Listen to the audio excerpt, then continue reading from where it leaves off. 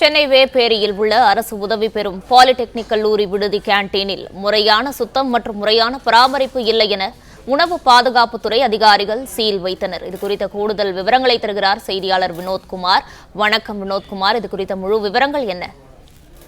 சென்னை வேப்பேரியில் செயல்பட்டு வரும் அரசு உதவி பெறும் பாலிடெக்னிக் கல்லூரியில் படிக்க வரக்கூடிய கல்லூரி விடுதியில் படிக்கக்கூடிய மாணவர்கள் 8 பேருக்கு நேற்று முதல் இன்று வரை வாந்தி மற்றும் வயிற்றுப்போக்கு ஏற்பட்டதன் காரணமாக சென்னை மாநகராட்சி சுகாதாரத்துறை அதிகாரிகளுக்கு கிடைக்கப்பட்ட தகவலை அடுத்து அவரவர் அங்கு அருகில் இருக்கக்கூடிய மருத்துவமனைகளில் முதலுதவி சிகிச்சை அளிக்கப்பட்டனர். இதையடுத்து உணவு பாதுகாப்புத்துறை அதிகாரிகளுக்கு அளிக்கப்பட்ட தகவலின் பேரில் சென்னை மண்டல உணவு பாதுகாப்புத்துறை நியமன அலுவலர் மருத்துவர் சதீஷ்குமார் தலைமையிலான அதிகாரிகள் சற்று முன்னதாக அந்த தனியார் அரசு உதவி பெறக்கூடிய பாலிடெக்னிக் கல்லூரியில் அதிரடி ஆய்வு நடத்தியதில் அங்கு செயல்பட்டு வந்த கேண்டீனில் முறையாக எந்தவித சுத்தமும் பராமரிப்பும் இன்றி மிகவும் மோசமான நிலையில் இருந்த கேண்டீனுக்கு சீல் வைத்தது மட்டுமல்லாமல் அந்த கேண்டீனை நடத்தி வந்த உரிமையாளருக்கும்